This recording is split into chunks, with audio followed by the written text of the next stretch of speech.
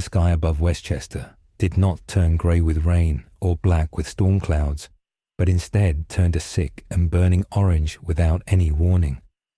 There was no alarm from the perimeter sensors and no psychic message from Professor Xavier to alert the students, because the threat arrived too fast for thoughts to travel. 1 second, the afternoon was calm, and the next second, the air itself seemed to catch fire as the noise hit the ground. It was a screaming tear in the atmosphere that sounded like the end of the world. The first metal coffin slammed into the basketball court with enough force to shake the foundation of the school. Dust and dirt exploded upward in a massive cloud. Then another metal pod hit the rose garden and destroyed the fountain. 3 more pods smashed into the roof of the main dormitory and shattered the slate tiles. This was not a stealth attack or a probe by Magneto or a government raid. This was a kinetic bombardment from space. Scott Summers ran out the front door with his ruby quartz visor glowing red. He saw the craters smoking in the lawn. He saw the metal doors of the pods blast open with explosive bolts. He expected to see sentinels or aliens or agents of Hydra. He did not expect to see men in black and yellow armor with yellow capes fluttering in the wind. They did not hesitate or ask for surrender. They stepped out of the smoking craters and raised heavy rifles. One of them shouted about freedom and managed democracy, and then he pulled the trigger. The bullets were not energy beams or lasers, but a high-caliber lead designed to tear through armored insects and robots. They chewed through the wood of the porch and shattered the glass of the front door. Scott fired an optic blast that leveled the first attacker instantly. The armored soldier flew backward and hit a tree with a sickening crunch. But then the sky opened up again. It was not just a squad. It was a rain of steel. Dozens of pods streaked down through the clouds. High above the school, a massive shadow blocked out the sun. It was a warship, the size of a city, named the SES, Elected Representative, of Family Values. It hung in low orbit, like a dagger pointed at the heart of the mutant population. Inside the mansion, chaos took over. Logan unsheathed his claws as the roof caved in above the cafeteria. Storm flew out a window and summoned lightning, but the sheer volume of incoming fire forced her back. These invaders did not care about their own lives. When one died, 2 more pods landed to take his place. They threw beacons that emitted red beams of light. A second later, orbital precision strikes turned the danger room into a smoking pit.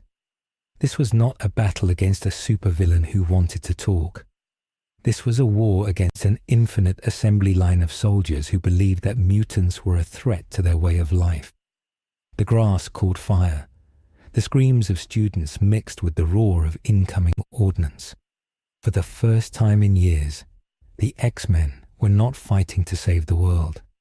They were fighting just to keep the school standing for 5 more minutes. The invasion of the X-Men universe had begun not with a speech, but with the thunder of falling steel. The initial bombardment of the Xavier Institute for Gifted Youngsters was not merely an attack, but a saturation event that defied the conventional logic of supervillain assaults. The lawn did not just burn, it evaporated under the heat of atmospheric entry friction as pod after pod slammed into the earth with the rhythmic cadence of an industrial pile driver.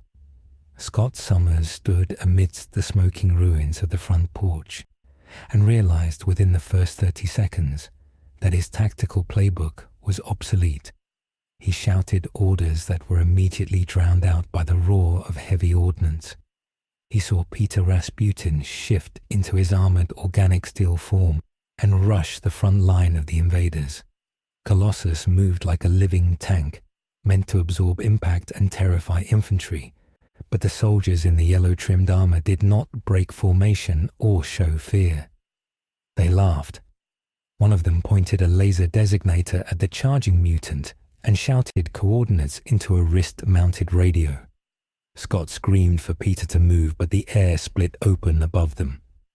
A high explosive rail cannon round fired from low orbit struck Colossus squarely in the chest.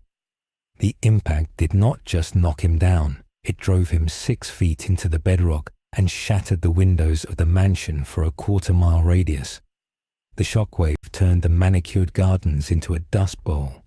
Scott fired a maximum intensity optic blast into the tree line where the heavy weapon squad was positioned. The ruby beam cut through oak trees and plasteel armor alike, vaporizing 3 of the soldiers instantly. But before the smoke had even cleared, the sky streaked with fresh contrails. 3 more hell pods landed exactly where the previous soldiers had died. The ramps slammed down, and 3 fresh soldiers stepped out over the burning bodies of their comrades, raising their rifles and opening fire without missing a beat. They did not care about casualties. They treated their own lives as ammunition. This was the first terrifying realization that settled cold and heavy in Scott's stomach. They were fighting an enemy that had weaponized the concept of replacement. Inside the mansion, the situation was dissolving into panic. Aurora Monroe hovered in the atrium, summoning gale-force winds to blow the invaders back through the shattered entrance. But the hallway was choked with smoke and gas. Canisters of tear gas and hallucinogens bounced across the marble floors. The younger students were coughing and screaming. Kitty Pryde phased through the floor, grabbing 2 of the youngest children and pulling them down into the safety of the sub-basement. She saw the boots of the invaders stomping overhead. She heard their voices clear and distorted by helmet speakers. They were not shouting hate speech or slurs about muties. They were shouting about liberty. They were shouting about the preservation of the human way of life. It was a terrifyingly cheerful, chaotic chatter. One soldier shouted that he needed a stim. Another screamed that he was doing his part. They sounded like they were in a video game, but the bullets tearing through the drywall were high-velocity lead that shredded history books and portraits of the original X-Men. Logan was in the kitchen when the wall exploded. A breach charge turned the brickwork into shrapnel. He lunged out of the dust, his claws popping with the wet metallic snikt that usually sent mercenaries running. He gutted the first soldier in a blur of adamantium and rage. The soldier died screaming, but he pulled the pin on a grenade belt as he fell. Logan kicked the body away, just as the cluster bomb detonated. The blast threw him against the refrigerator, scorching his healing factor to its limit. He growled and stood up ready for the next wave, but he paused. The soldiers behind the breach were not advancing. They were holding position. A red beam of light sliced through the dusty air and locked onto Logan's chest. He looked down at the laser dot. He looked up at the soldier who was typing a code into his forearm gauntlet. The soldier gave a thumbs up. Logan realized too late what it meant. The ceiling disintegrated. An Eagle 500 kilograms bomb dropped through the roof of the mansion's west wing. The explosion was absolute. It collapsed the entire kitchen and dining area, burying Wolverine under tons of burning debris. The shockwave knocked Storm out of the air in the atrium. It cracked the foundation of the danger room 3 floors below. Hank McCoy hung upside down from the chandelier in the library, watching the chaos with the analytical horror of a man seeing physics violated. He held a tablet in one foot and a stun rifle in his hand. He was trying to scan the technology of the invaders. It was crude, it was bulky. It relied on chemical propellants and fossil fuels. By all known metrics of the Marvel Universe, this technology should have been inferior to Stark tech or Wakandan design, or even standard SHIELD issue. But it possessed a brutal efficiency that defied analysis. The armor was cheap, but the weapons were overtuned to catastrophic levels. The Hellpods were unguided kinetic missiles. The orbital support was dangerously close to the troops on the ground. Hank watched as a squad of Helldivers accidentally called an airstrike on their own position near the fountain. They were vaporized along with the statue of John Gray. The reinforcements that landed seconds later did not stop to mourn or check for survivors. They simply trampled the ash. Beast realized that this was not a disciplined army. It was a tidal wave of enthusiasm and high explosives. He dropped from the ceiling landing on a soldier who was trying to set up a heavy machine gun turret on the librarian's desk. Hank threw the man through the window, but the turret was already active. It spun with automated mechanical indifference and opened fire on everything in the room. Hank had to scramble up the bookshelves to avoid the hail of bullets. The turret did not distinguish between mutant and furniture. It shredded the collected works of Shakespeare and the first edition science texts. It was a suppression weapon designed to turn a localized area into a kill zone. Hank realized they were not trying to capture the mutants. They were not trying to contain the X gene. They were fumigating the building.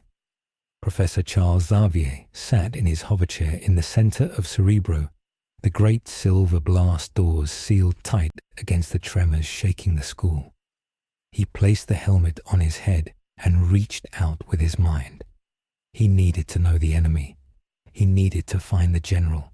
He needed to induce sleep or confusion to stop the slaughter. He projected his telepathic consciousness outward past the physical walls of the ready room, past the burning grounds, and into the minds of the attackers. He expected to find the disciplined steel walls of military conditioning or the jagged glass of fanaticism. What he found was a buzzing, blinding static of pure, unadulterated belief.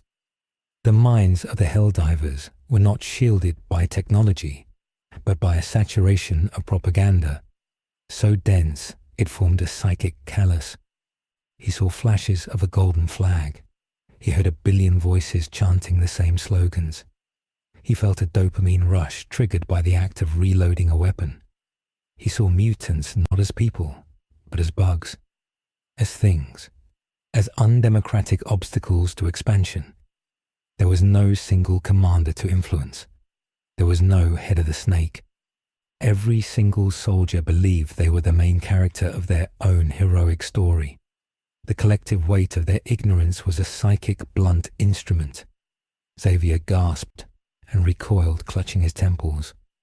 The feedback loop of managed democracy burned through his astral projection. They were not evil in the way Magneto was evil, with complex justifications and historical trauma. They were evil in the way a locust swarm is evil. They consumed, and they advanced, and they felt good about it. Xavier opened a channel to Scott. His voice trembled in Cyclops' mind. "Scott," he said, "you cannot reason with them. They do not perceive us as human. They do not perceive us as enemies. They perceive us as a chore. You must evacuate the students. The school is lost." On the front lawn, the battle had turned into a massacre.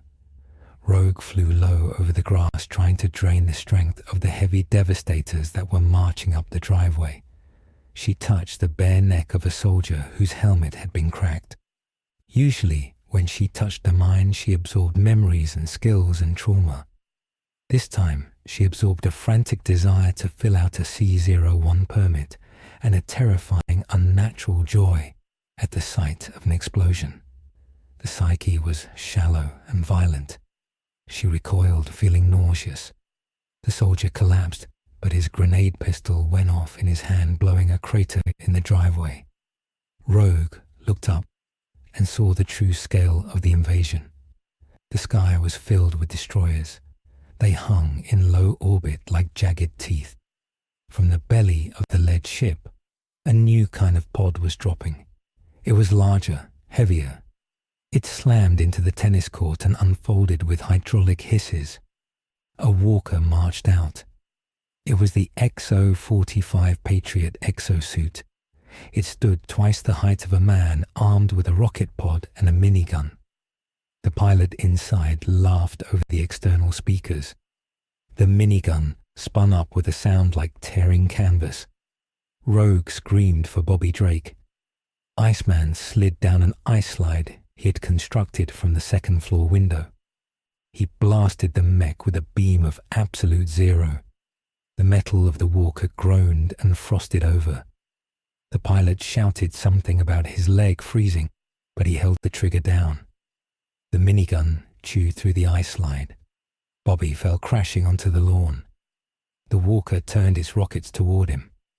Before it could fire, a teleporting bamp sound echoed across the battlefield. Nightcrawler appeared on the hull of the walker. Kurt Wagner held a rapier in one hand and a stun grenade in the other. He tried to phase the pilot out, but the cockpit was pressurized and sealed. Kurt teleported again just as the walker fired a rocket at its own feet, trying to dislodge him. The explosion threw Kurt into the remains of the rose bushes. He looked up, coughing smoke. He saw the pilot of the damaged walker eject, not to save himself, but to trigger the self-destruct sequence. The walker exploded in a nuclear white flash. Kurt shielded his eyes. When he looked back, another pod was already landing. Another walker was stepping out. It was a loop of violence that had no end. In the sub-basement, the new mutants were huddled together. Ilyana Rasputin held her soul sword, ready to cut a portal to Limbo, but the magical interference from the sheer volume of kinetic energy and death above was making the stepping discs unstable. Cannonball stood at the bottom of the stairs, shaking. He could hear the screams of his friends above. He wanted to blast up there and help, but Cyclops had given a direct order: protect the little ones. Boom Boom was pacing, creating small time bombs of plasma on her hands, and then fizzling them out. The lights in the basement flickered and died as the main power generator was destroyed by an orbital laser. The emergency red lights kicked on. Then came the sound of cutting torches. The blast door to the sub-basement was glowing orange. They were cutting through. The Helldivers were not just bombing the surface. They were clearing the tunnels. They were hunting. Sunspot ignited his solar form, casting long shadows against the concrete walls. He looked at Ilyana. "If they come in here," he said, "we kill them. All of them." Ilyana nodded. Her eyes were hard. She had seen demons in Limbo that were more merciful than the sounds coming from behind that door. The metal gave way with a screech. A section of the door fell inward. A canister rolled into the room. It hissed green smoke. Gas.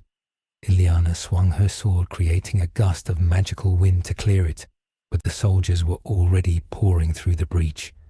They wore heavy armor and carried shotguns, the breaker shotguns.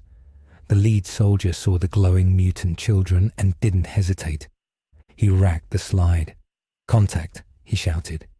"Bio-anomalies detected in the nest." Purging. Sam Guthrie blasted forward his blast field, rendering him invulnerable as he smashed into the squad.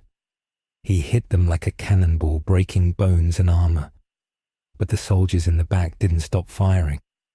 They fired through their own squad mates to hit Sam. The pellets bounced off his blast field, but the sheer force drove him back. This was the horror of the Helldivers. They did not care if they shot their friends as long as they hit the target. Back on the surface, Cyclops was running out of options. The Blackbird was destroyed. The basketball court was a crater. The mansion was burning. He tapped his comms unit. "To me," he shouted. "X-Men, rally on me. We are leaving. We are falling back to the Morlock tunnels." It was a bitter command to give. To retreat was to lose. To give up the school was to give up the dream. But the mathematics of the battle were undeniable. For every Helldiver they incapacitated, 3 more dropped from the sky. And now the heavy artillery was starting. A 380 mm barrage beacon had been thrown near the front gate. The first shell landed and the earth shook so hard that the ground liquefied. The second shell vaporized the front gate and the sentry house. The inaccuracy of the barrage made it even more terrifying. The shells were landing randomly, tearing the estate apart piece by piece. Storm gathered the stragglers. She used her winds to carry the wounded Colossus and the unconscious Iceman toward the hidden entrance of the tunnels in the boathouse. Jean Grey, who had arrived late from a mission in New York, held the rear guard. She used her telekinesis to catch the incoming mortar shells and throw them back at the invaders. She created a telekinetic wall between the retreating students and the advancing army. She saw the faces of the soldiers through their visors. They were young, they were smiling, they were utterly insane. Jean felt a surge of pity and horror. She pushed them back with a wave of mental force knocking over a dozen squads. But then she saw the sky darken. A new ship had entered orbit. It was not a destroyer. It was a super-destroyer. The SES Song of Serenity. It was charging a weapon that glowed with a sickly blue light. An orbital laser. Jean screamed for Scott to hurry. The laser fired. It did not hit the students. It hit the mansion directly. The beam burned through the roof, through the floors, through the library and the labs. It traced a line of molten destruction through the heart of Xavier's home. The structure groaned and then collapsed inward. The towers fell, the walls crumbled. The symbol of mutant hope was sliced in half by the indifference of a galactic bureaucracy. The X-Men vanished into the tunnels. The heavy blast doors of the monologue entrance slammed shut, and Jean fused them with her mind, sealing them under tons of rock. Above ground, the bombardment ceased. The dust settled over the ruins of 1407 Greymalkin Lane. The fires crackled in the silence. The Helldivers moved in to secure the area. They walked over the rubble of the school. They planted a yellow and black flag on top of the pile of debris that used to be Cerebro. A soldier posed for a photo next to the flag holding his rifle in the air. A camera drone hovered nearby, broadcasting the image live to the Super Earth network. The caption on the screen read, "Victory on Sector Earth, 616. Mutant hive destroyed. Freedom prevails." But the war was not over. It had just moved phases. In the darkness of the tunnel, Scott Summers wiped the blood from his visor. He did not look like a headmaster anymore. He looked like a revolutionary. He looked around at his battered team, at the terrified children, at the wounded. He realized that the rules of engagement had not just changed. They had been erased. The world had not just turned against them. The universe had arrived to exterminate them.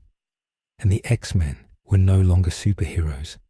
They were the indigenous resistance against a colonial power that had infinite resources and zero conscience. Scott looked at Logan.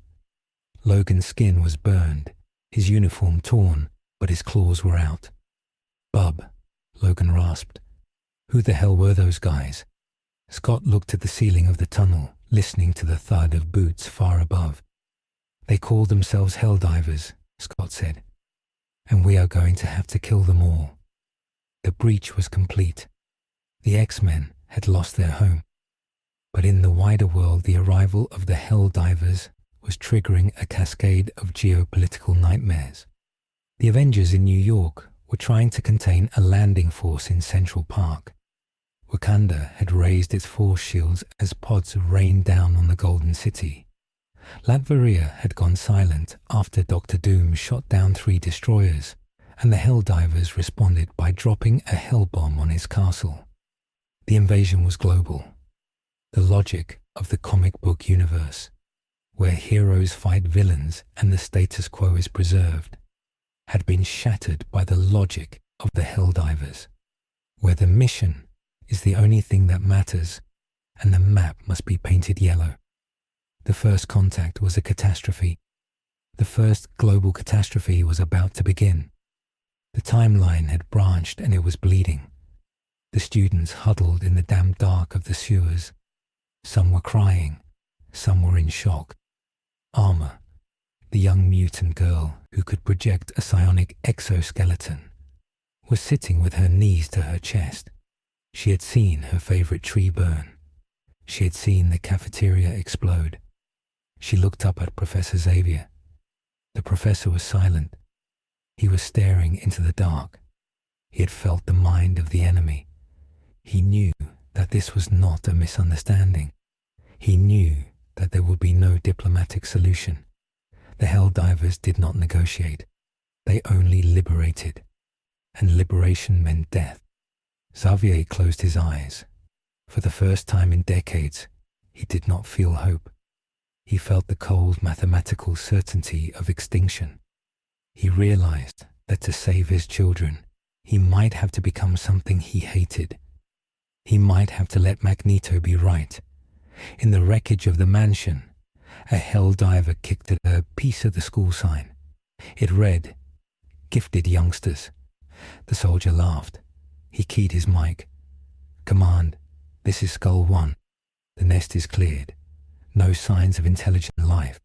Requesting extract." The Pelican dropship roared overhead, casting a shadow over the ruins. The war for Earth had started, and the X-Men were already losing. The sun set over Westchester, painting the smoke-filled sky a bruised purple. It was the color of a bruise that would never heal. The act of breach was finished.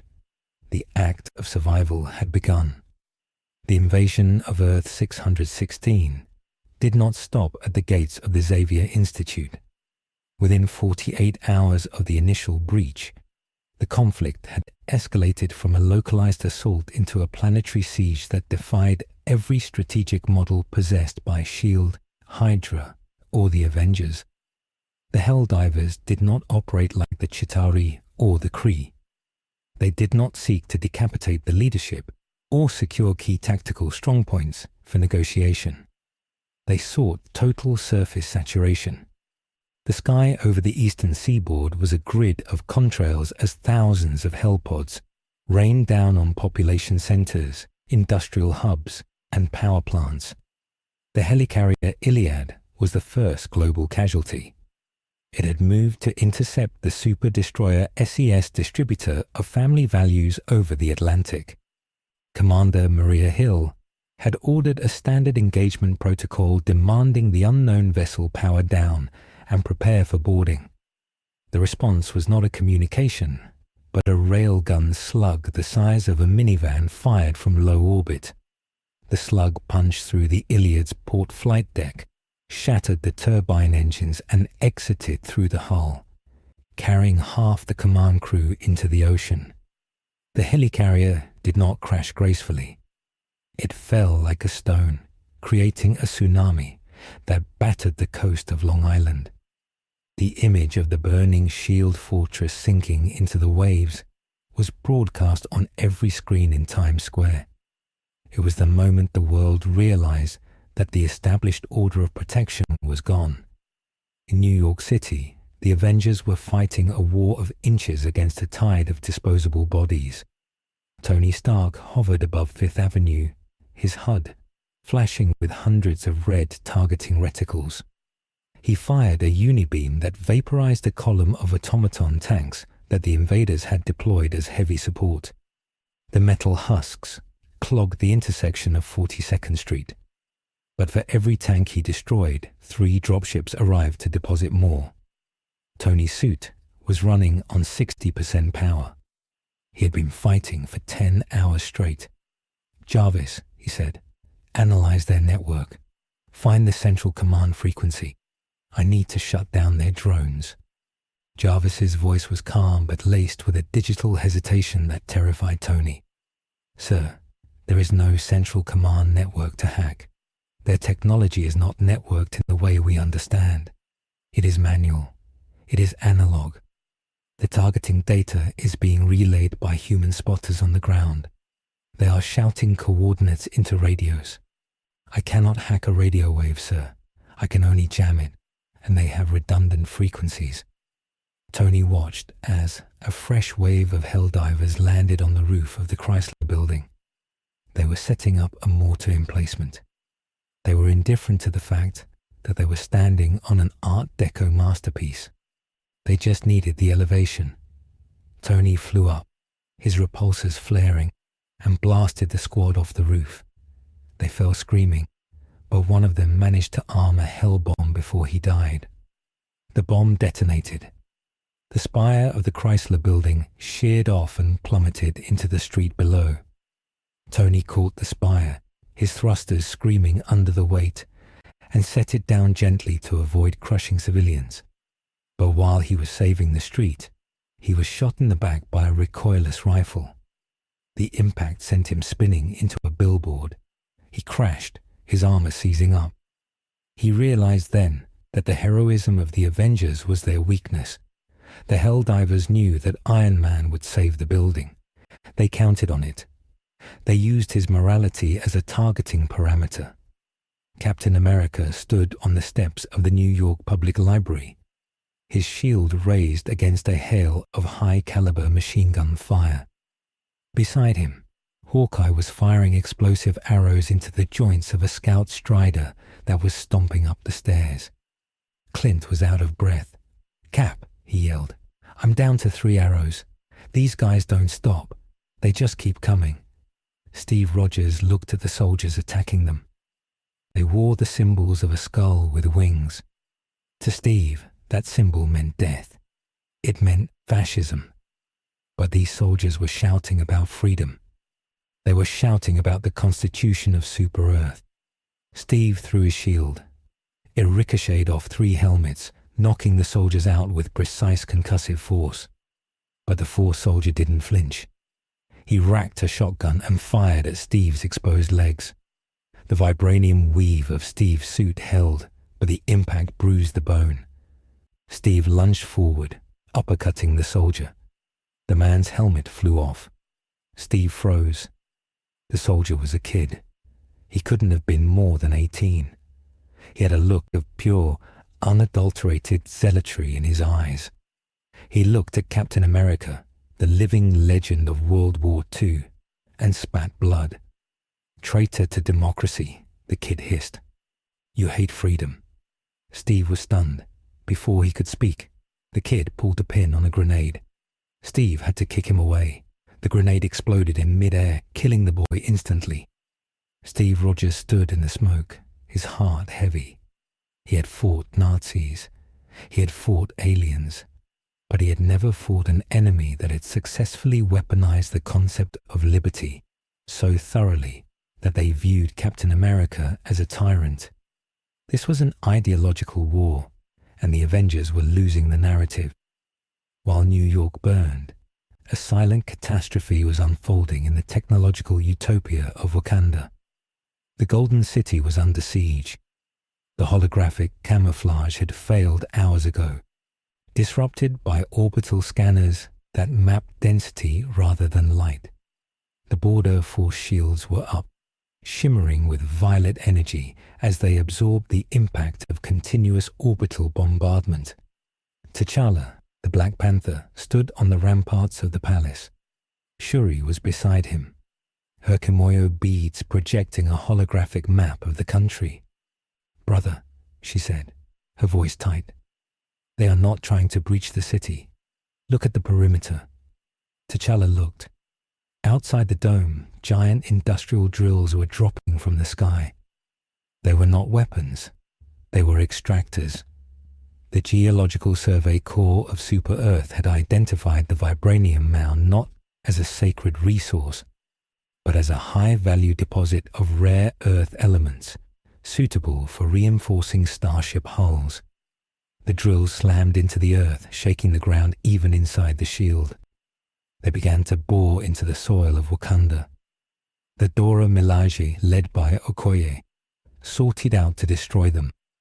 Spears of vibranium clashed with the reinforced steel of the Helldiver core. Okoye moved like water, slicing through the rifles of the invaders. But the Helldivers had brought the flamethrowers. They did not try to duel the Wakandans. They scorched the earth, They burned the jungle. They filled the air with napalm smoke that choked the warriors. Okoye was forced to retreat as a napalm eagle strike turned the battlefield into a wall of fire. T'Challa watched in horror. They were not conquering Wakanda. They were strip mining it while it was still inhabited. They treated the Black Panther not as the king, but as local fauna interfering with industrial operations. T'Challa realized that his isolationist policy had failed. He keyed the global comms. "This is King T'Challa. Wakanda requests assistance." The line was dead. There was no one to answer. Everyone was fighting their own war. The true tipping point, the moment where the invasion shifted from a war to a massacre, occurred in Latveria. Dr. Doom sat on his throne in Castle Doomstadt. He held a goblet of wine in one armored hand. He watched the view screen as a super destroyer hovered directly over his capital city. The audacity of these interlopers amused him. He had defeated Mephisto. He had outsmarted the Beyonder. Did these ants in yellow capes truly believe they could challenge Doom? The super destroyer hailed him. The face of a democracy officer appeared on the screen. "Inhabitant," the officer said, "you are in violation of Super Earth zoning laws. Your use of unlicensed energy sources and autocratic rule is a threat to the galaxy. Surrender your resources and submit to re-education, or be liberated." Doom did not laugh. He simply stood up. He pressed a button on his gauntlet. The localized anti-air defense grid of Latveria activated. Green bolts of magical energy and particle beams shot up from the towers of the castle. They struck the super destroyer. The ship's shields flared, then collapsed. The vessel broke in two and crashed into the mountains outside the city. Doom sat back down. "A lesson," he murmured. "Let them come." But Doom had miscalculated the nature of his enemy. He expected them to send a better fleet. He expected a champion. Instead, the skies above Latveria turned black. It was not one ship. It was the entire Fourth Galactic Fleet. Hundreds of destroyers, thousands of drop pods. They did not target the castle. They targeted the villages. They targeted the farms. They targeted the infrastructure. They declared Latveria a automaton control sector due to the Doombots. The Helldivers dropped in waves of 10,000. Doom sorted out to meet them. He was a god of magic and science. He flew through the air, blasting squads of Helldivers into ash with lightning. He crushed their tanks with telekinesis. He summoned demons to drag them into the nether realm. But for every 1,000 he killed, 2,000 more landed. They did not care about his power. They simply marked his position and threw stratagems. Doom found himself constantly dodging orbital rail cannon strikes. His force field flickered under the impact of a 500 kilograms bomb. Then another. Then another. He was pinned down by the sheer volume of explosives. His Doombots were overwhelmed by massed rocket fire. The logic of the Helldivers was brute force attrition. They had more bodies than Doom had mana. They had more bombs than Doom had repair nanites. The turning point came when they deployed the dark fluid. It was an experimental weapon, a substance harvested from the Illuminate, unstable and horrific. A squad of Helldivers, sacrificing themselves, rushed Doom's position. They didn't shoot, they tackled him. Doom threw them off with a burst of magic. But one of them slapped a beacon onto his chest plate. A pod dropped from the highest orbit, carrying a canister of the dark matter. It detonated mid-air above the castle. The gravity well collapsed. The spires of Castle Doomstadt were twisted and sucked into a singularity. The stone screamed as it was atomized. Doom roared, channeling every ounce of his mystic might to hold the singularity back. He stood in the center of the courtyard, his cape tattered, his armor glowing red hot. "I am Doom," he screamed. "I yield to no one. But the gravity well didn't care. It ground the castle to dust. It pulled the mountains down. Doom was forced to teleport. He vanished in a flash of green light, abandoning his people, abandoning his kingdom. The singularity stabilized, leaving a crater 10 miles wide where the capital of Latveria had been. The Helldivers planted a flag on the rim of the crater. The mission clock stopped. The sector was 100% liberated. The message went out to the world. The dictator is gone. Freedom has arrived.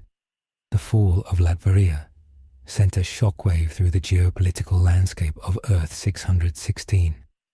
A sovereign nation, protected by one of the most powerful beings in existence, had been erased in 6 hours. It wasn't a battle. It was an industrial accident. The world leaders watched the footage. They saw the crater. And then, the insidious thing happened. The fear set in. But it wasn't just fear of the Helldivers. It was fear of being next. The President of the United States received a transmission from the Ministry of Truth. They offered a ceasefire. They offered an alliance. They proposed that if the United States would assist in the management of the mutant and meta-human population, Super Earth would share its FTL technology. They framed the X-Men, the Avengers, and the villains as the same thing. Unregulated, chaotic elements that threatened the safety of the common man. And the public, terrified by the images of burning cities and falling helicarriers, began to listen. In the ruins of New York, Spider-Man sat on a gargoyle, clutching his side. He was bleeding. He had spent the day saving civilians from the crossfire. He had saved a family from a burning building, only to have a Helldiver patrol try to arrest him for unauthorized verticality. He had webbed them up and swung away, but the encounter shook him. They looked at him like he was a monster. He pulled out his phone and checked the news. The Daily Bugle was live. J. Jonah Jameson was on the screen, but he wasn't yelling. He was calm. He was smiling. "Ladies and gentlemen," Jameson said, his voice smooth, "for years I have told you that these masked vigilantes are a menace. Today we have proof. The forces of Super Earth have come to restore law and order. They have dealt with the mutant threat in Westchester. They have neutralized the tyrant in Latveria. And now they are offering us a choice, order or chaos. I say we choose order. I say we welcome our brothers from the stars." Spider-Man dropped the phone. It cracked on the roof. The people were turning. The narrative was shifting. The heroes were becoming the insurgents. Deep in the Atlantic Ocean, Namor the submariner watched the surface from the throne room of Atlantis.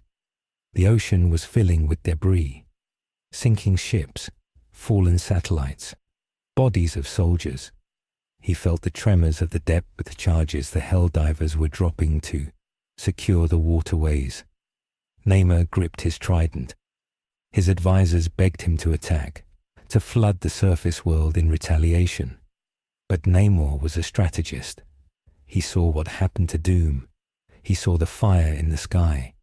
He realized that a direct war would mean the evaporation of his oceans. The enemy did not respect the environment.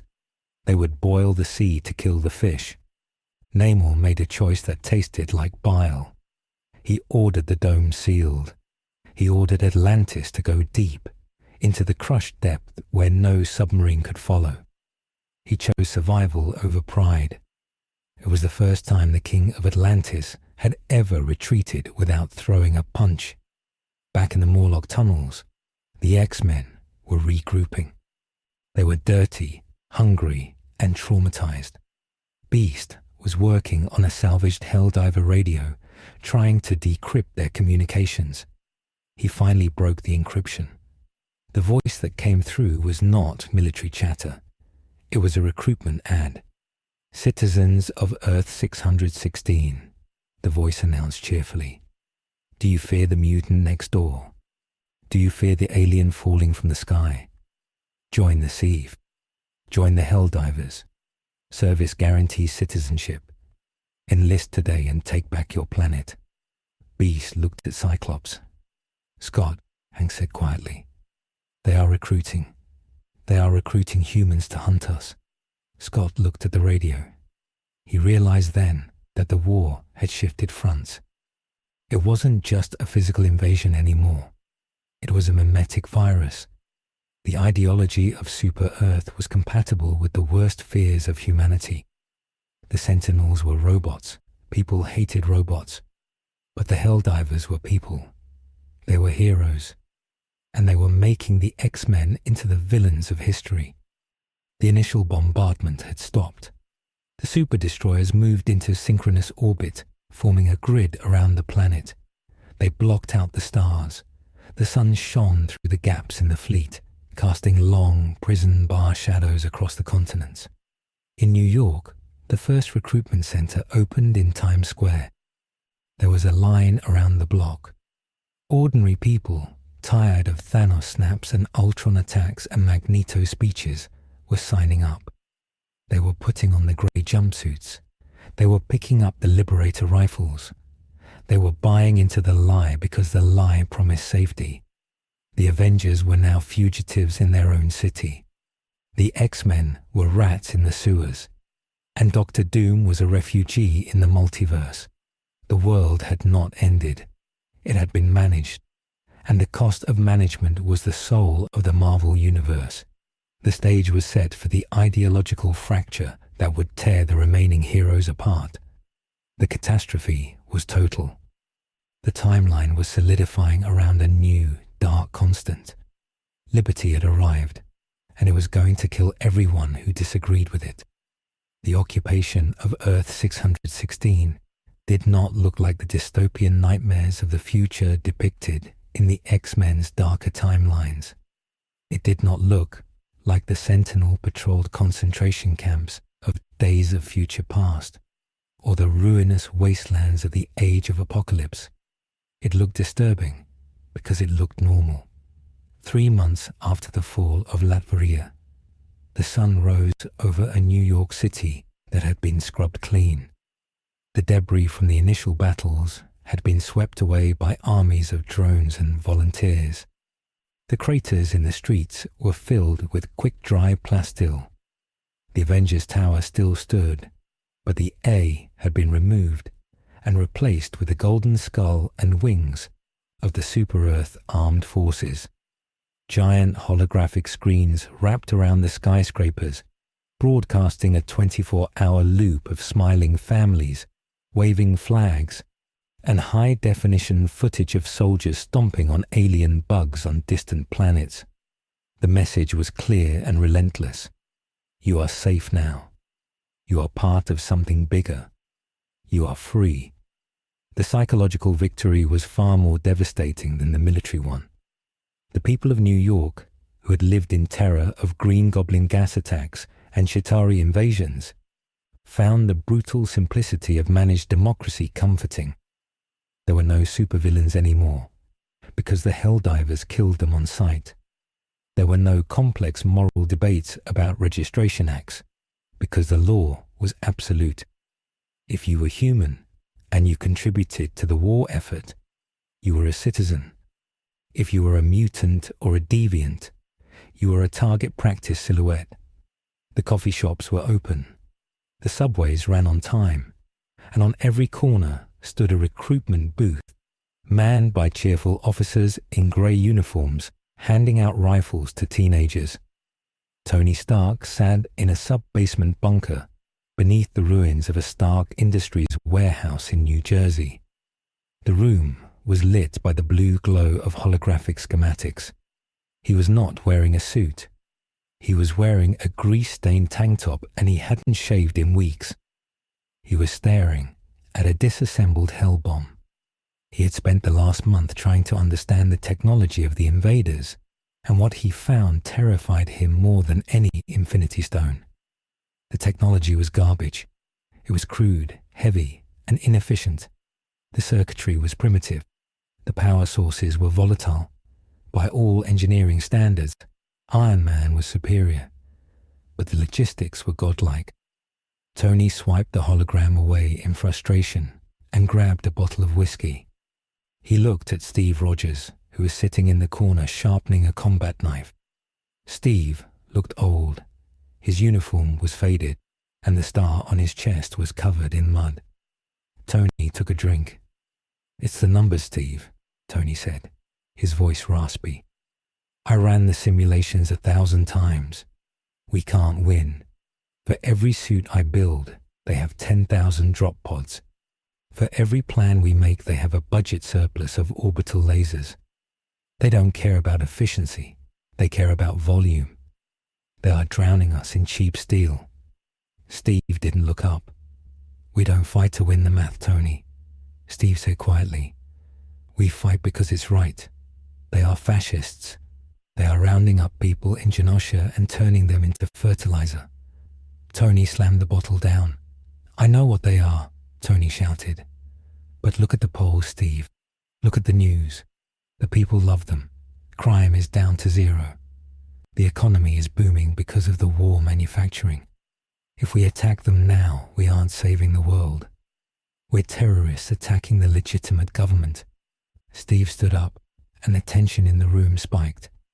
"It wasn't the legitimate government," Steve said. "It was an occupation. And if you're too afraid to fight them, then get out of the way." The Avengers were fractured, not by a spell or a clone, but by the grim reality that half the team believed resistance was suicide, and the other half believed capitulation was a sin. The ideological fracture was even worse in the dark, damp tunnels of the Morlocks, where the remnants of mutant kind were rotting. The sewers were overcrowded. The X-Men were trying to maintain order, but they were failing. Food was scarce. Medicine was non-existent. The damp air was filled with the sound of coughing. Scott Summers walked through the makeshift infirmary. He saw Elixir trying to heal a young mutant whose arm had been blown off by a railgun, but Elixir was exhausted and pale. He saw Beast trying to synthesize protein from sewer algae. The hope was gone, and in the vacuum of hope, a darker gravity was pulling the mutants together. In the center of the main cavern, Magneto stood on a raised platform of twisted rebar. He was not wearing his helmet. He looked tired, but his eyes burned with a cold magnetic fury. He was speaking to a crowd of hundreds. X-Men, Morlocks, Brotherhood. It didn't matter anymore. They were all just meat to the surface world. Charles Xavier sat in his wheelchair to the side of the stage, his head in his hands. He had tried to preach peace. He had tried to preach patience. But patience was hard when the children were starving. Magneto's voice was a whisper that carried to the back of the room. "They call it managed democracy," Magneto said. "They speak of liberty, but we know the truth. We have seen the numbers tattooed on the arms of our ancestors. We have seen the sentinels. This is not new. This is the human condition perfected. They have finally found a way to industrialize their hatred." He raised a hand and a piece of scrap metal floated above his palm, twisting into a sharp spike. "Charles tells you to hide," Magneto continued. "He tells you to wait for them to leave. They will not leave. They are terraforming this planet. They are not here to rule us. They are here to replace us." The crowd murmured. Anger was replacing fear. Scott watched, and he felt a terrifying alignment in his own heart. He looked at Xavier. "Professor," Scott said, "we are dying down here." Xavier looked up, and his eyes were wet. "I know, Scott," Xavier whispered. "But if we strike back, if we do what Eric wants, we prove them right. We become the monsters they say we are." Scott looked back at Magneto. "Maybe," Scott said, "but at least we'll be alive monsters." The escalation that broke the stalemate did not happen in a city. It happened in the savage land. The prehistoric tropical preserve hidden in Antarctica had always been a sanctuary for life that time forgot. But the Helldivers Geological Survey Corps had found something there. They found biomass, massive, unchecked organic biomass, and they found oil reservoirs beneath the jungle floor. The Super Earth High Command designated the Savage Land as the prime location for E-710 farming. They didn't just drill. They introduced the terminids. They dropped spores from orbit. They planted eggs. They turned the prehistoric paradise into a factory farm for the insectoid horrors that fueled their economy. Khazar sent a distress signal before his radio went dead. The message was a recording of screams and the chittering of 1 billion mandibles. Wolverine, who had been scouting the southern hemisphere, intercepted the signal. He brought it to the Avengers. He played the audio for Steve and Tony. The sound of a T-Rex being eaten alive by scavengers filled the bunker. "This isn't war," Logan growled. "This is an infestation. They're breeding those things on Earth. If they get out of the Savage Land, they'll eat the planet." The revelation forced a temporary and fragile truce. The Avengers and a strike team of X-Men agreed to a joint operation.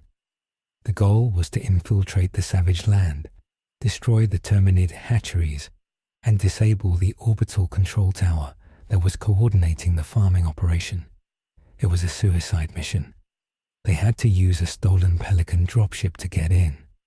Tony Stark piloted the craft, painting it black to mask its signature. Inside the hold, Captain America, Wolverine, Rogue, Black Widow, and Hawkeye sat in silence. They were an army of ghosts. When they breached the cloud layer over Antarctica, they saw the horror. The lush green jungle was gone. It was covered in a thick grey carpet of alien moss and spore clouds. The ground was moving. It was a carpet of bugs. Terminid hives rose like cancerous tumors from the earth. In the center of the devastation stood a massive Terminid control tower, pumping green gas into the atmosphere to accelerate the growth of the bugs. And guarding it were the Helldivers. They had built a fortress around the tower. They were farming the bugs, killing them, and harvesting the oil in a gruesome industrial cycle. Tony dropped the ramp while the ship was still moving at Mach 1. "Avengers," Cap shouted. "X-Men, move!"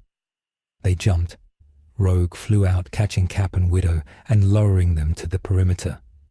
Wolverine and Hawkeye dropped into the jungle canopy. The battle was instant chaos. The Helldivers were fighting on two fronts. They were shooting the bugs to harvest them and shooting the heroes to suppress them. A bile titan, a monster the size of a skyscraper with legs like spears, rose from a pit. It loomed over the battlefield, spewing acid that melted the rock. A squad of Helldivers in mech suits engaged it, firing rockets into its carapace. They were laughing. They were having fun. "Look at the size of that one," a pilot shouted over the PA. "That's 50 gallons of oil right there." Wolverine lunged out of the undergrowth and decapitated a warrior bug before turning his claws on a Helldiver patrol. The soldiers didn't panic. They called in a localized napalm strike on their own position. Fire washed over Logan, burning his skin off.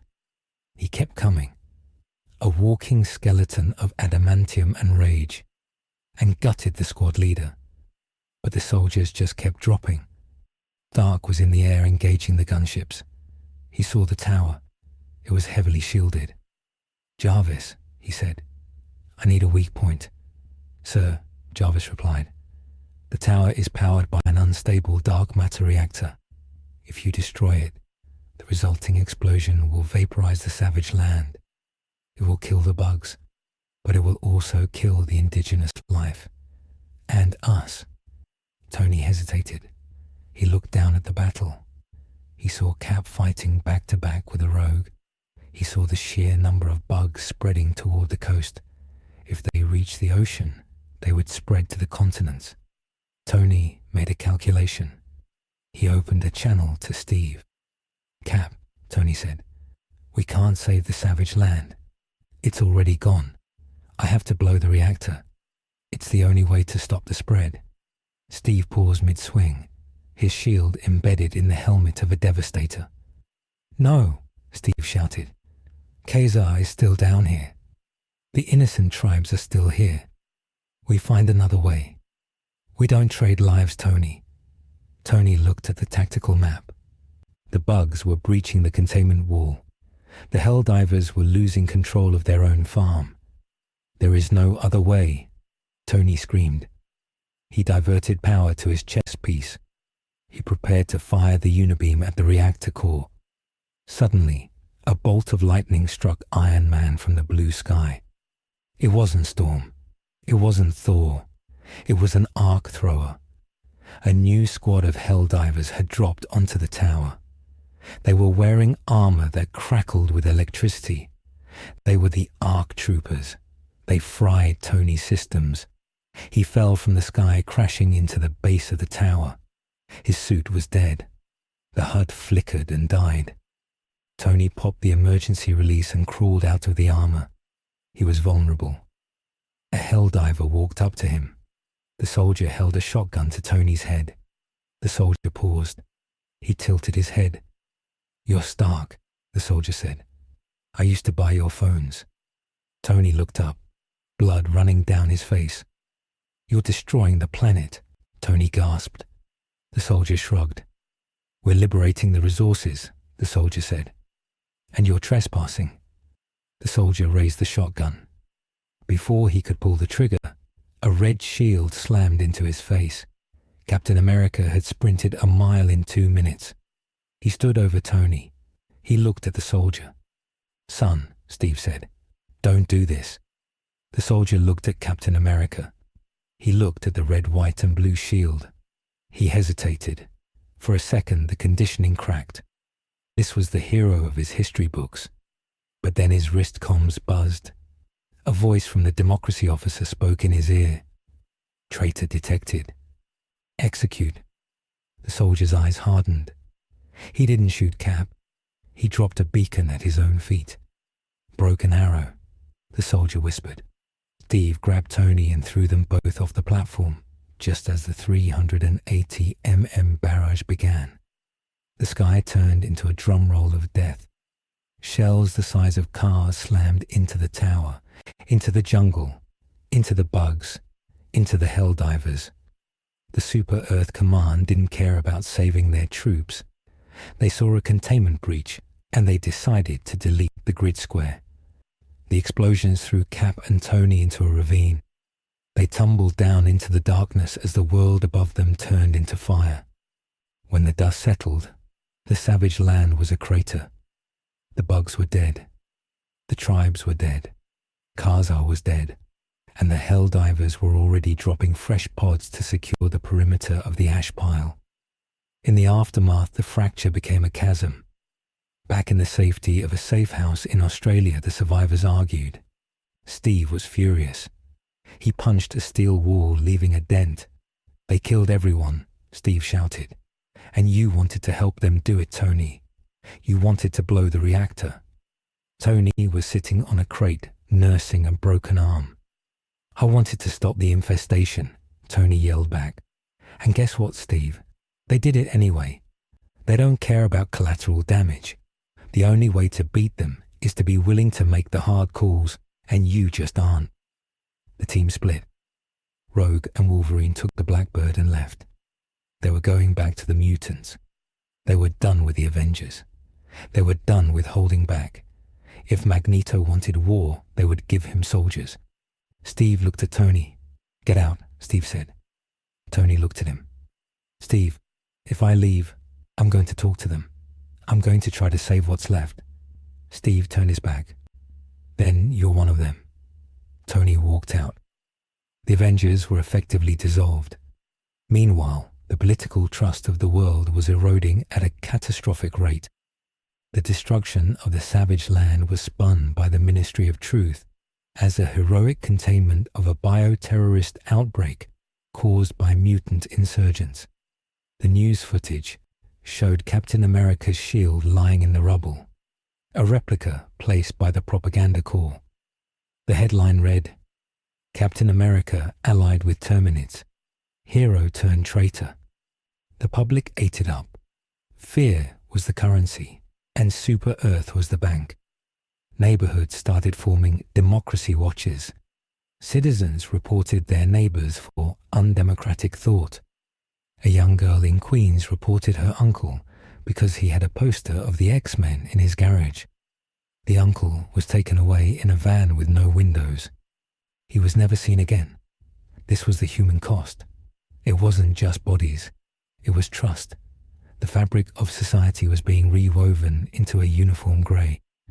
In the deep dark of the Monologue tunnels, Magneto received the news of the savage land. He sat in the dark, his helmet back on his head. He felt the magnetic signature of the earth. He felt the iron in the blood of his people. Wolverine stood before him, burned and healing. They wiped it out, Logan said. The whole place.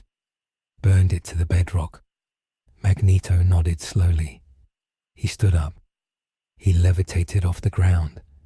The time for hiding is over, Magneto said. His voice was calm, terrifyingly sane. Charles believes in the dream. I believe in the wake-up call. We cannot fight their armies on the surface. They have too many. We cannot fight their ships in the sky. They have too many. So we will take away their battlefield. We will take away their gravity. Magneto began to concentrate. He reached out with his mind not to a person, but to the planet. He felt the magnetic poles. He felt the molten core of the earth. He began to pull. The ground shook. Not a tremor, a shift. In the control rooms of the super destroyers in orbit, alarms began to scream. The planet's magnetic field was fluctuating. The navigation systems were drifting. Magneto was not attacking the soldiers. He was attacking the physics that allowed them to land. High in the atmosphere, the super destroyer SES King of Family Values listed to the side. Its gravity generator failed. The crew stumbled. On the bridge, the shipmaster looked at the tactical display. Magnetic anomaly detected, the computer warned. Source, North America. Subterranean. The shipmaster narrowed his eyes. It's the mutants, he said. They are trying to destabilize the planet. Initiate Protocol 0. The officer next to him hesitated. Sir, Protocol 0 is planetary cracking. We need the oil. The shipmaster looked at the red lights flashing. If we can't land, we can't drill. If they control the magnetism, they control the orbital trajectory. We have no choice. Burn it out. Burn it all out. The escalation was complete. The heroes were broken. The villains were desperate. And the cosmic bureaucracy of Super Earth had decided that if they couldn't have the planet as a colony, they would turn it into a gravel pit. The sky above New York turned a deep angry red. It wasn't a sunset. It was the glow of the orbital laser batteries charging up. Not one. All of them.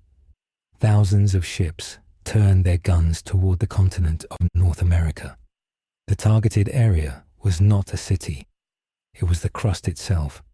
They were going to perform a controlled seismic realignment. They were going to crack the tectonic plate to kill the magnetic master.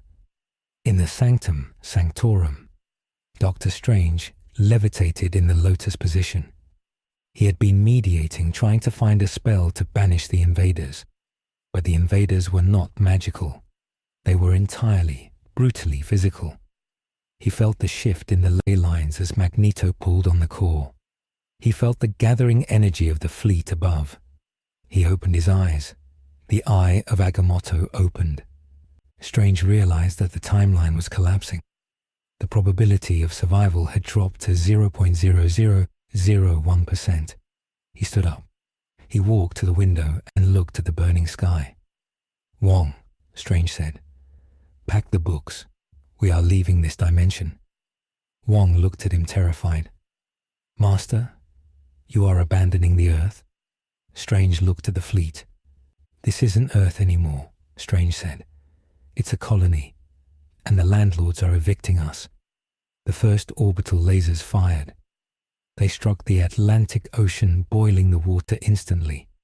They struck the Canadian shield, cracking the granite. The war had moved from a battle for territory to a battle for existence. The ideological fracture was irrelevant now. There were no ideologies in an apocalypse. There was only the fire, and deep underground Magneto laughed as he felt the pain of the world. He pulled harder. If they wanted the Earth, they would have to catch it as it broke apart. The final convergence was approaching, and there would be no clean victory. The shuttle carrying Tony Stark ascended through the smoke-choked atmosphere of the eastern seaboard. It was a stark contrast to the sleek nanotech designs he usually piloted. This was a retrofitted Quinjet, stripped of its weaponry and painted with the white flag of Parley. Tony sat in the pilot's seat, his helmet off, his face illuminated by the dashboard lights. He looked tired. The bags under his eyes were dark bruises. Beside him sat Vision, the synthezoid's usually vibrant skin dull and grey. They were the emissaries of reason. Below them, the continent was screaming. The seismic cracking initiated by the Helldiver fleet to stop Magneto was tearing the crust apart. Fissures were opening in Ohio. Magma was bubbling up in the streets of Chicago. Tony knew the math. The Earth had maybe 6 hours before the structural integrity of the North American plate failed completely. He had to stop the bombardment. He had to make a deal. He believed, with the arrogance of a futurist, that he could negotiate with the algorithm of the enemy. He believed that every system had a logic, and that the Helldivers, for all their brutality, were ultimately a resource management civilization. He would offer them something better than oil. He would offer them the arc reactor technology, unlimited clean energy. If they had that, they wouldn't need to drill. They wouldn't need to kill. It was the rational choice. The Quinjet docked with the hangar bay of the SES elected representative of family values. The magnetic clamps locked on with a heavy industrial thud. The ramp lowered. Tony and Vision stepped out not into a high-tech sci-fi bridge, but into a cavernous, greasy hangar that smelled of ozone, sweat, and spent gunpowder. Crews of technicians in orange jumpsuits were reloading massive artillery shells by hand, using pulleys and chains. Sparks flew from welding torches. There were no force fields, no holograms, just steel and hydraulic fluid. A squad of Helldivers waited for them.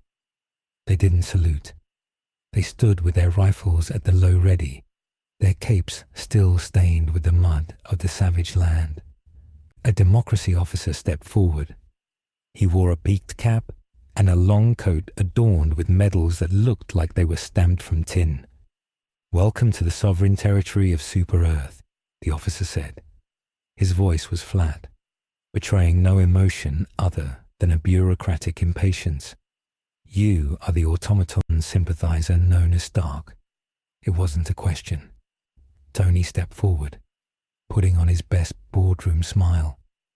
"I am Tony Stark, and this is Vision. We aren't automatons. We are sentient beings, and we have a proposal that will save you billions of credits in ammunition and fuel." The officer stared at him. Then he looked at Vision. The officer's eyes narrowed. He pulled a scanner from his belt and pointed it at the synthezoid. The scanner emitted a harsh grinding noise. "Construct detected," the officer muttered. "Unmanaged intelligence. Abomination." Tony stepped between them. "Put the toy away," Tony said sharply. "We are here to talk to your admiral, your general, whoever runs this fleet. I have the schematics for a zero-point energy drive in this drive." Tony held up a small crystal data chip. "It's worth more than your entire fleet. All I ask is that you stop the seismic bombardment. Stop cracking the planet. We can work together." The officer looked at the chip. He didn't see technology. He saw heresy. In the rigid cosmology of Super Earth, Innovation was treason unless it was sanctioned by the Ministry of Science. Unregulated energy sources were dangerous. They led to independent thought. They led to dissent. But the officer was also a pragmatist. He knew the fleet was running low on E710. He reached out and took the chip. This was the choice. The small, rational, arrogant choice. Tony Stark handed over the culmination of his life's work to a man who believed that books were dangerous. Tony thought he was buying peace. He thought he was trading a blueprint for a ceasefire. He did not realize that he was handing a loaded gun to a toddler. The officer plugged the chip into a bulky, wrist-mounted computer. He didn't read the schematics. He ran a keyword search. He searched for output.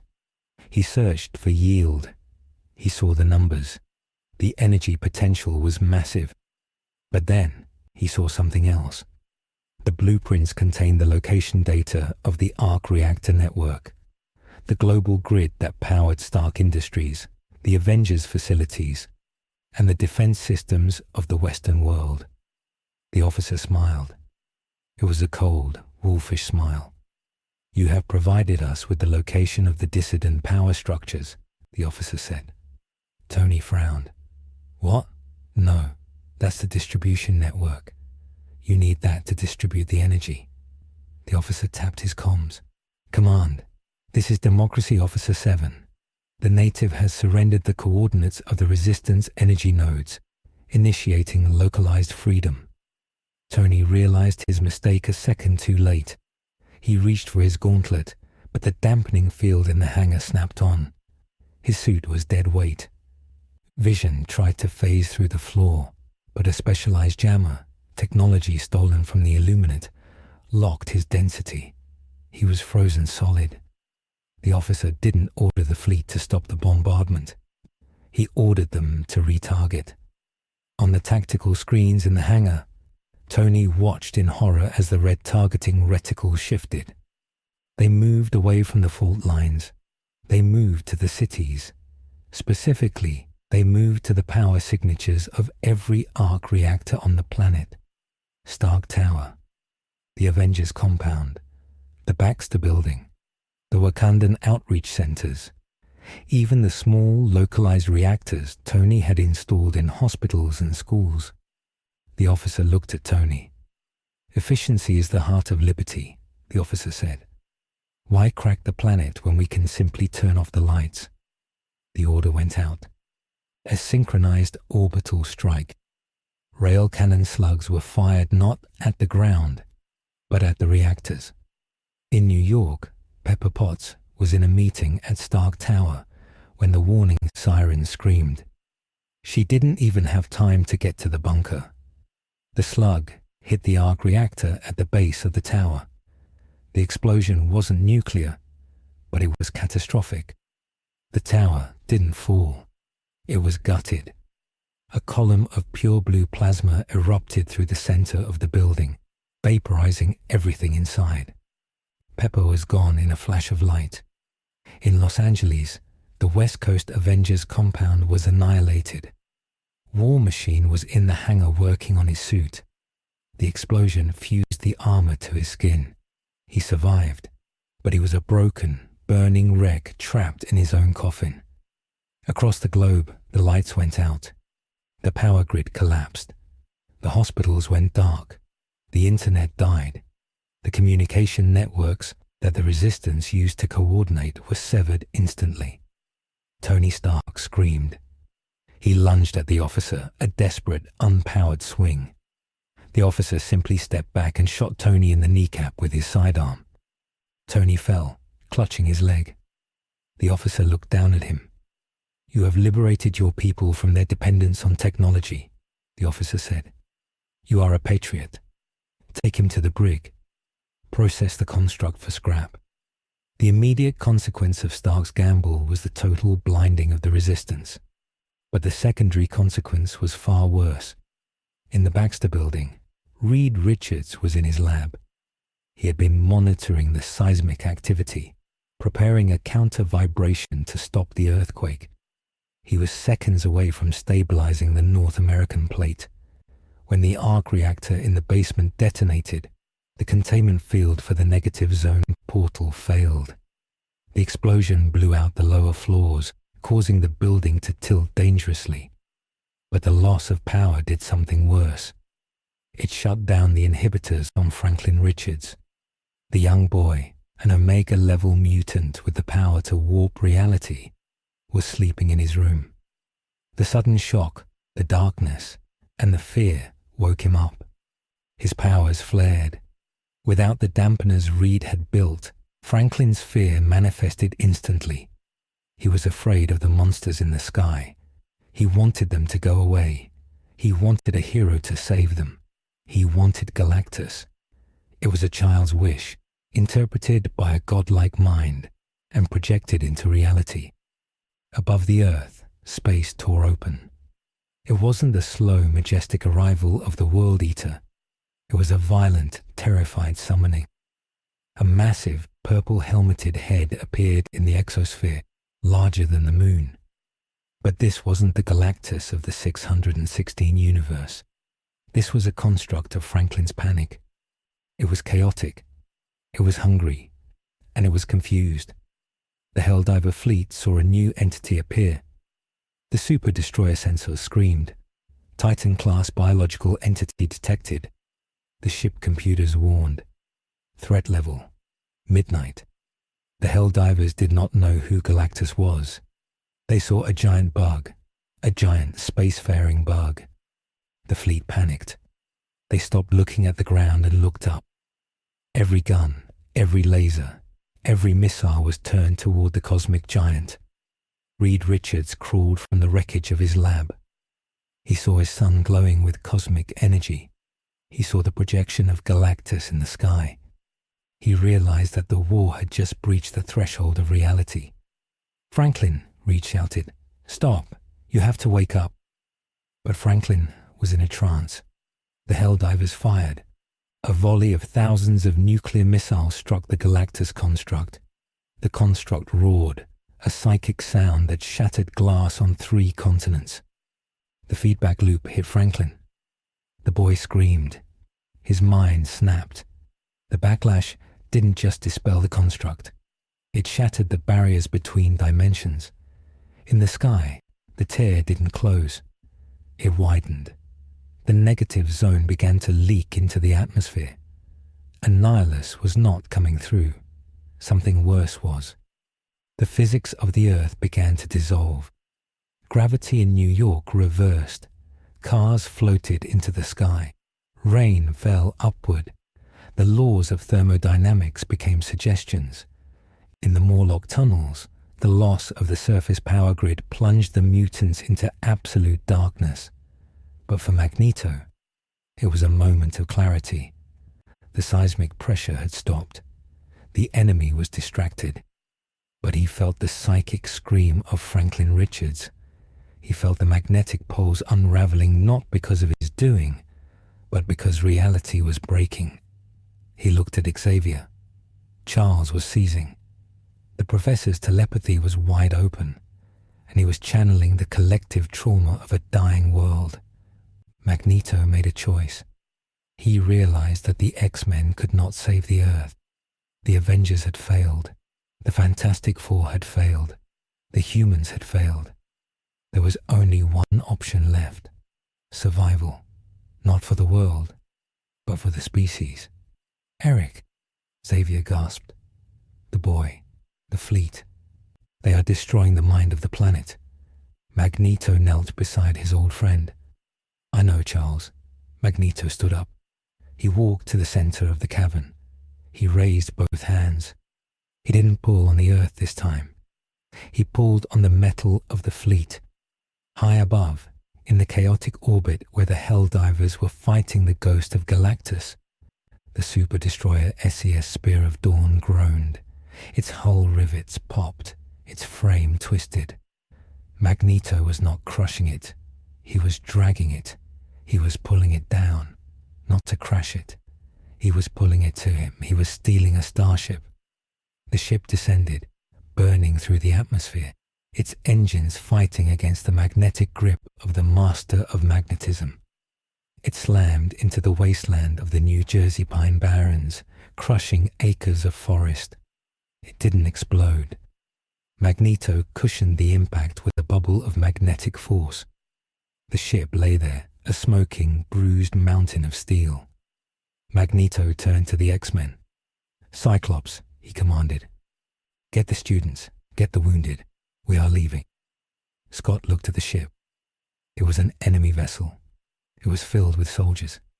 "It doesn't matter," Scott said. He understood. He rallied the team. Nightcrawler began teleporting mutants from the tunnels to the surface. Colossus carried the supplies. They rushed toward the downed destroyer. Inside the ship, the Helldivers were disoriented. The gravity was offline. The hull was breached. And then the X-Men boarded. It wasn't a battle. It was a purge. Wolverine led the charge through the corridors. He didn't use stealth. He used velocity. He tore through the bulkheads, clearing the bridge. Storm flooded the ventilation shafts with lightning. They didn't kill everyone. They jettisoned them. Magneto ripped the escape pods out of the hull and flung them into the distance. Within an hour, the mutants had secured the ship. Beast ran to the engineering deck.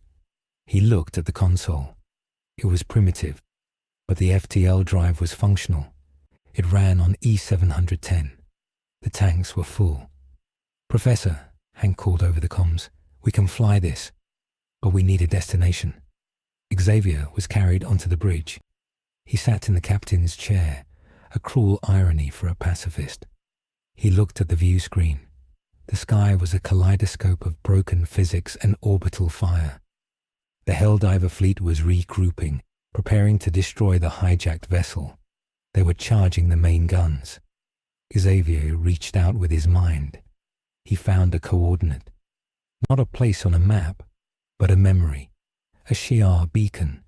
A distant star system where the concept of democracy was unknown. "Set course for Chandilar," Xavier whispered. But before they could launch, the twist arrived. The small choice of Tony Stark came back to haunt them one last time. The computer system of the super destroyer was networked to the global grid Stark had compromised. The ship's AI, a crude patriotic algorithm named Lady Liberty, recognized the biometric data of the passengers. It saw mutants. It saw deviants. But it also saw the authorization codes Stark had uploaded, the codes that gave the Helldivers control over the defense grid. The ship didn't launch. It locked down. The doors slammed shut. The internal defenses activated. The turrets in the hallways spun up. The ship they had stolen became a prison. A holographic projection of the democracy officer appeared on the bridge. "Mutiny detected," the hologram stated. "Unauthorized commandeering of state property. Initiating self-destruct sequence. 10 minutes to thermal detonation." The mutants were trapped inside a bomb the size of a city. Magneto roared and tried to crush the core, but the core was shielded by non-ferrous lead and plastic composites. He couldn't touch it. They were going to die. Not by a bullet, but by a bureaucratic failsafe. On the ground, outside the ship, a lone figure approached. It was Dr. Doom. He had returned from the multiverse, or perhaps he had never truly left. He walked through the burning forest, his cape undisturbed by the wind. He saw the ship. He saw the trap. He hated Richards. He hated the Avengers. But he refused to let an alien algorithm dictate the fate of his rivals. Doom raised his hand. He didn't use magic. He used code. He had hacked the Helldiver network days ago, not by asking nicely like Stark, but by brute force sorcery. He spoke a single word of power that translated into binary. Override. The self-destruct stopped. The engines flared to life. Doom looked up at the bridge window. He knew Xavier could see him. "Go," Doom said. His voice was projected into the minds of everyone on the ship. Leave this doomed rock. The Earth belongs to Doom, and I will not share it with you or them." The ship began to rise. Magneto looked down at the tiny green figure of Doom holding back the entire digital will of Super Earth. For a second, there was respect. Then, the FTL drive engaged. The ship vanished in a streak of blue light, carrying the last of the X-Men away from the war. The departure of the mutants left a vacuum. The Helldivers saw the ship escape. They saw Doom standing in the clearing. They designated him a high-value target. But they had a bigger problem. The reality tear Franklin had created was growing. The sky was tearing open. The Ministry of Truth looked at the data. They realized that the planet was no longer a viable colony. It was a liability. The order came down from Super Earth High Command. It was the order they saved for the most infested, broken, irredeemable worlds. Exterminatus was too humane. This was the Gloom deployment. The super destroyers began to release canisters of a dense, black nanite cloud. It wasn't gas. It was a darkness that ate light and matter. It was designed to turn a planet into a black marble, sealing away whatever horrors lived there. The cloud descended on New York, on Wakanda, on the ruins of Latveria. It swallowed the sun. The temperature dropped 50 degrees in 10 minutes. The war was no longer about fighting. It was about suffocating. In the brig of the flagship, Tony Stark sat in the dark. He felt the ship vibrate as it released the payload. He heard the screams of the dying world below through the hull. He looked at his hands.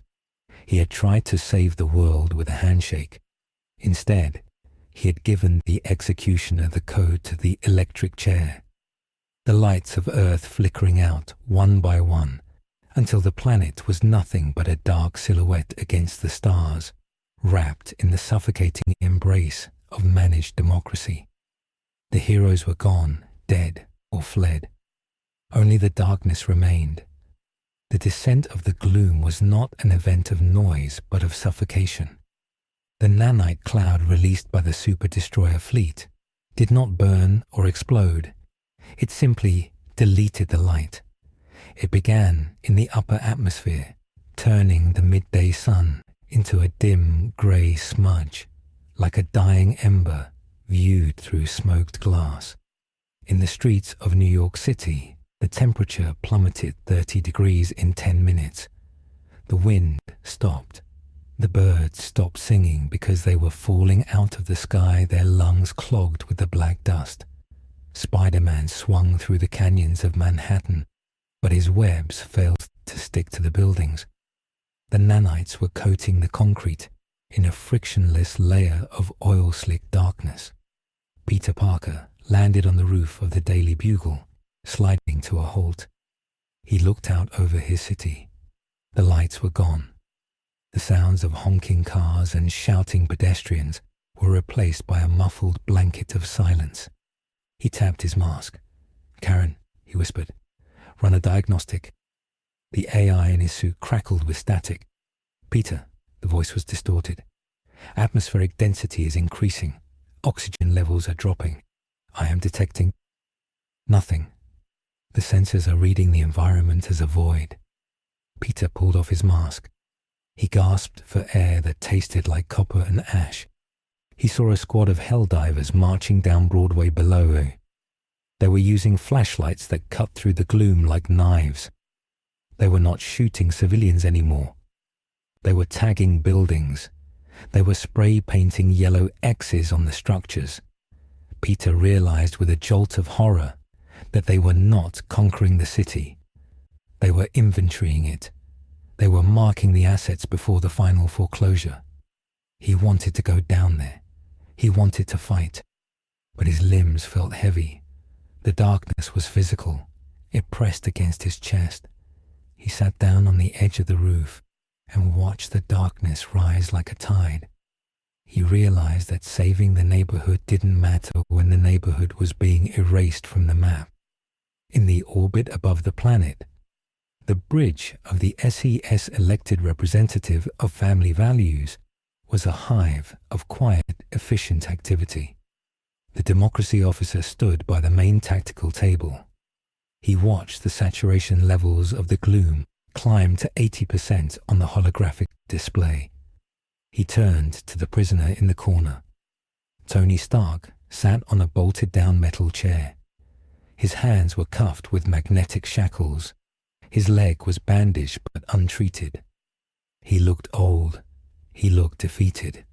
But his eyes were fixed on the screen. "You're suffocating them," Tony said, his voice a dry rasps. "You're choking the entire biosphere." The officer didn't look up from his clipboard. "We are sanitizing the environment," the officer corrected. "The reality tear caused by the mutant child is a threat to the galactic sector. The gloom stabilizes the quantum variance. It suppresses the anomaly." Tony laughed a bitter hacking sound. "It kills everything that breathes," Tony said. The officer shrugged. "A necessary expenditure. The citizens of Super Earth appreciate the sacrifice of this colony. It will be remembered as a tragic loss caused by distant mismanagement." Tony leaned forward, the chains rattling. "You're going to turn Earth into a graveyard." The officer finally looked at him. "No, Stark. We are going to turn it into a battery." The revelation hit Tony like a physical blow. He watched as the tactical map changed. The fleet was not just deploying the gloom. They were deploying the dark fluid, the substance harvested from the Illuminate, the substance that collapsed gravity. They were positioning massive injectors over the ley lines of the planet, over the fault lines, over the poles. They were going to inject the dark fluid into the Earth's core. They were going to trigger a controlled gravitational collapse. They were going to turn Earth into a black hole, a singularity that they could harvest for infinite energy. A Meridia event. Tony felt the cold logic of it settle in his bones. They didn't want the land. They didn't want the labor. They wanted the mass. They were going to condense the entire history of the Marvel Universe into a single dense point of fuel for their war machine. Tony looked at the officer. "You're insane," Tony whispered. "You're going to kill 7 billion people." The officer smiled that terrifying bureaucratic smile. 7 billion creates a lot of density, the officer said. "It improves the yield." On the surface, the final resistance was taking place in the ruins of Latveria. Dr. Doom stood alone on the highest peak of the Carpathian Mountains. The gloom swirled around him, a vortex of black dust trying to consume him.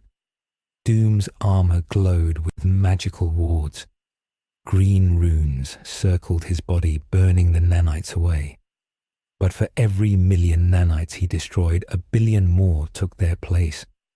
Doom was not fighting an army. He was fighting an ocean. He chanted the spells of the Vishanti. He summoned the flames of the Faultine. He blasted the sky with beams of pure sorcery that punched holes in the cloud layer, allowing brief shafts of sunlight to hit the dead earth. But the holes closed instantly. Doom fell to one knee. His armor was heavy. His breath was short. He felt the vibration in the rock. The injectors had landed. Massive spikes of dark metal the size of skyscrapers had slammed into the crust of the planet. He could feel the dark fluid pumping into the mantle. He could feel the planet screaming. Doom realized that his ego had finally met a force it could not intimidate. Physics did not care about his title. Gravity did not care about his mask. The Helldivers were not defeating him with power. They were defeating him with mass. Doom looked up at the black sky. "I am Doom," he roared, his voice echoing across the empty mountains. "I do not yield to the void." The void answered with the sound of cracking tectonic plates. The mountain beneath him began to crumble. The gravity was shifting. Doom raised his hands to cast one final spell, a spell to transport himself to the dark dimension to escape the collapse. But the gravity well disrupted the magical weave. The portal fizzled. Doom stared at his hands in disbelief. He was trapped. For the first time in his life, Victor Von Doom was just a man standing on a sinking ship. Deep in the mantle of the earth, the dark fluid began its work. It was an exotic matter that ate normal matter and replaced it with gravitational density. The core of the planet stopped spinning. The magnetic field collapsed completely. The atmosphere began to compress. In New York, the buildings groaned. The Empire State Building snapped in half not from wind, but because the ground beneath it was shrinking. The oceans began to boil not from heat, but from pressure. Namor sat on his throne in the crushing depths of Atlantis. He felt the water turn heavy. He felt the pressure increase beyond the tolerance of even his Atlantean physiology. He looked at his people. They were not panicking. They were resigned. They had fought the surface. They had fought the aliens. Now they fought the planet itself. Namor closed his eyes. "Imperious Rex," he whispered, as the ocean floor buckled and the city was crushed into the sediment. On the super destroyer, Tony Stark made his move. It wasn't a physical escape. He couldn't fight a ship full of soldiers. It was an intellectual Hail Mary. He had watched the officer input the command codes for the dark fluid injection. He had memorized the sequence. He looked at the console near his chair. It was just out of reach. He looked at the guard. The guard was distracted, watching the spectacle of the planet compressing on the view screen. Tony dislocated his thumb with a wet pop. He slipped his hand out of the cuff. He lunged, not for the officer, but for the console. He didn't try to stop the injection. It was too late for that. The process was irreversible. He typed in a new set of coordinates. He targeted the ship's navigation computer. He targeted the entire fleet's navigation network. He uploaded the frequency of the dark fluid. He synced the fleet's FTL drives to the gravitational signature of the Earth. He wasn't saving the Earth. He was tethering the fleet to the corpse. The officer shouted.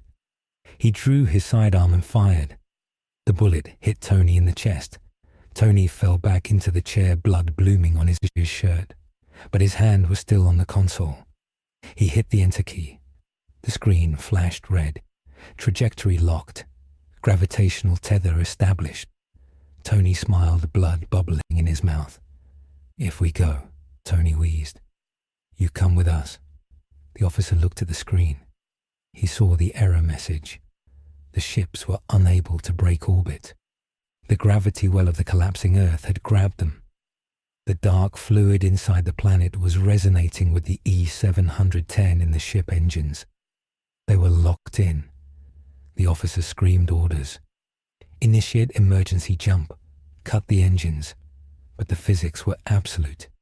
The fleet began to drift downward.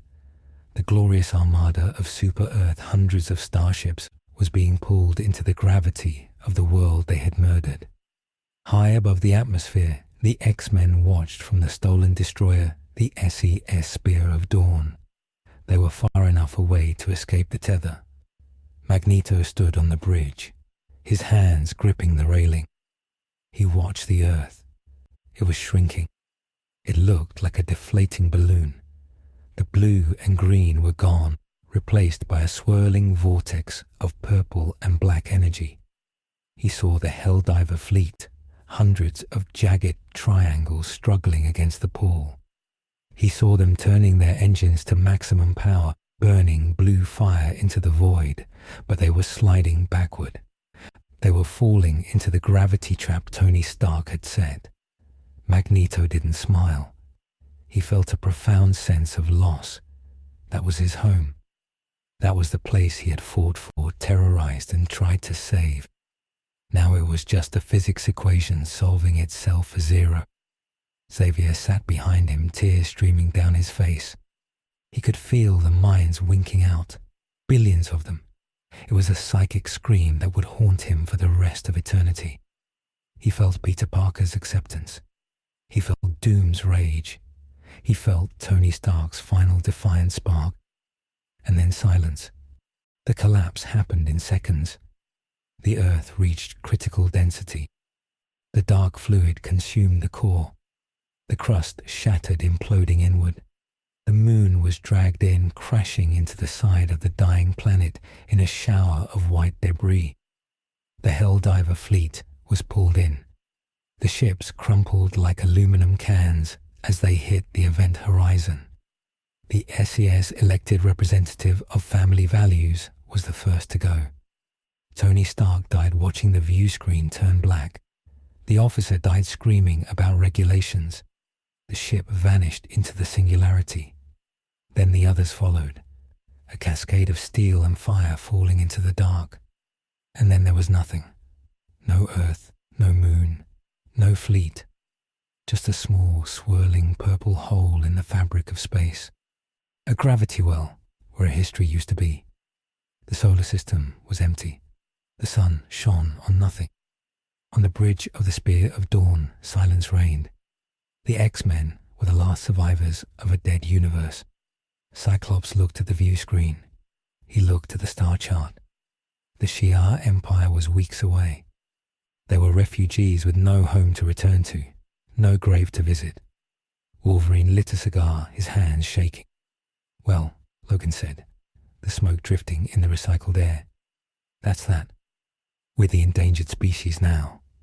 Magneto turned away from the window. He looked at the students. He looked at the future. "We are not endangered," Magneto said, his voice hard as iron. "We are the seed. We will find a new world. And when we do, we will build a fortress that no flag-waving fanatic can ever breach. We will remember this. We will remember that the humans did not destroy us. The heroes did not destroy us.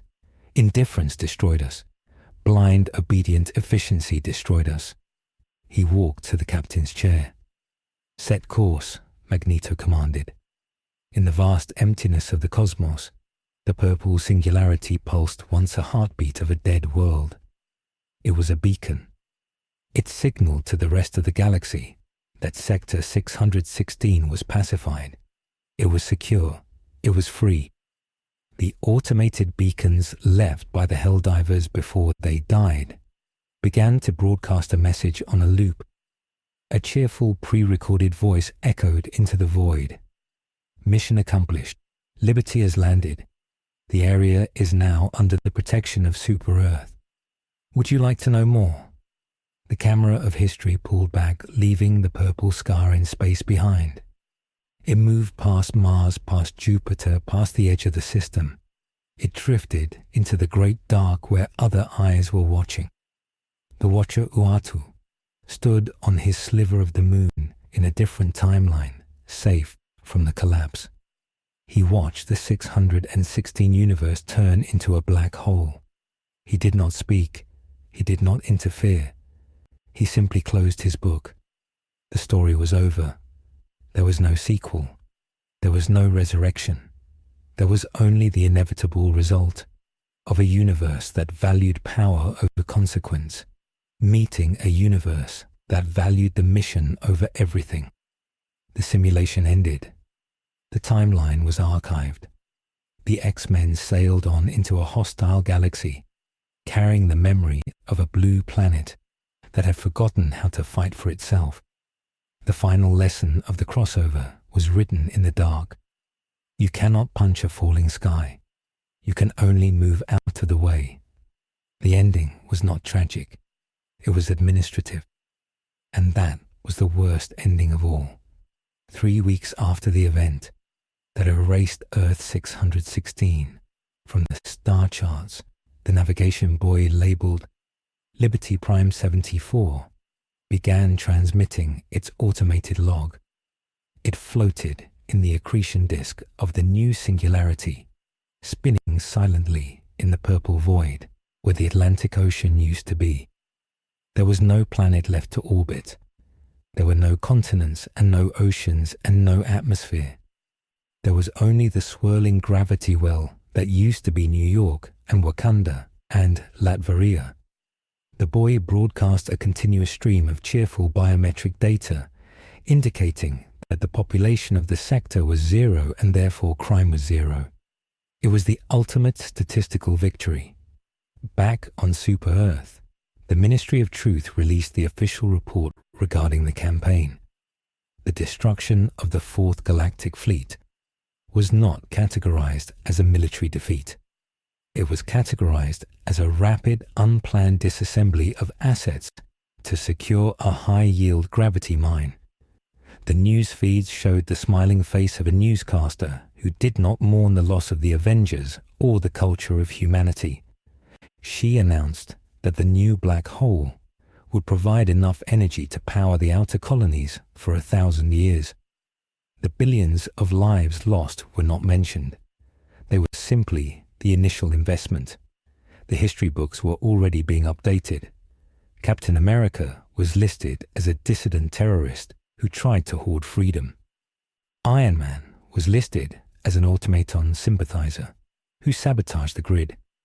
The X-Men were listed as a non-indigenous biohazard that had been successfully purged. The narrative was seamless and the lie was perfect. Deep in the Shi'ar sector, the stolen destroyer SES Spear of Dawn drifted toward the border of the Chandilar system. Inside the ship, the air was stale and the mood was heavy. Charles Xavier sat in the observation deck staring at the alien stars. He felt the phantom pain of 7 billion minds that had been silenced in a single second. He looked at his hands and they were shaking. Beside him, Eric Lenscher cleaned his helmet with a rag. The rivalry between them was dead because there was no ideology left to fight over. There was only survival. They were no longer mutants fighting for acceptance in a human world. They were the last remnants of a dead species seeking asylum in a cold universe. The gladiator of the Imperial Guard intercepted their hail. Unidentified vessel, the transmission crackled. State your intent. Xavier pressed the comms button. We are the X-Men, he said. We are the refugees of Earth. We request sanctuary. There was a long pause. The galaxy did not know them, and the galaxy did not care about their tragic backstory. Finally, the gladiator spoke. Prepare to be boarded. We will assess your utility. The final image of the timeline was not a flag planted in victory, but a file being closed. On the servers of the Ministry of Truth, a clerk stamped a digital seal onto the folder for Sector 616. The stamp read, Liberated. The clerk took a sip of his coffee and opened the next file. It was a file for a realm called Asgard. He looked at the resources listed. Magic, Uru metal, Bifrost energy. The clerk smiled. He tapped his screen. He initiated a request for a new fleet. The war machine did not stop to grieve. It did not stop to think. It only moved forward hungry for the next map to paint yellow. The Helldivers were already dropping into the new pods. The pods were already loading into the tubes. The music was swelling, and somewhere in the multiverse another sky was turning orange.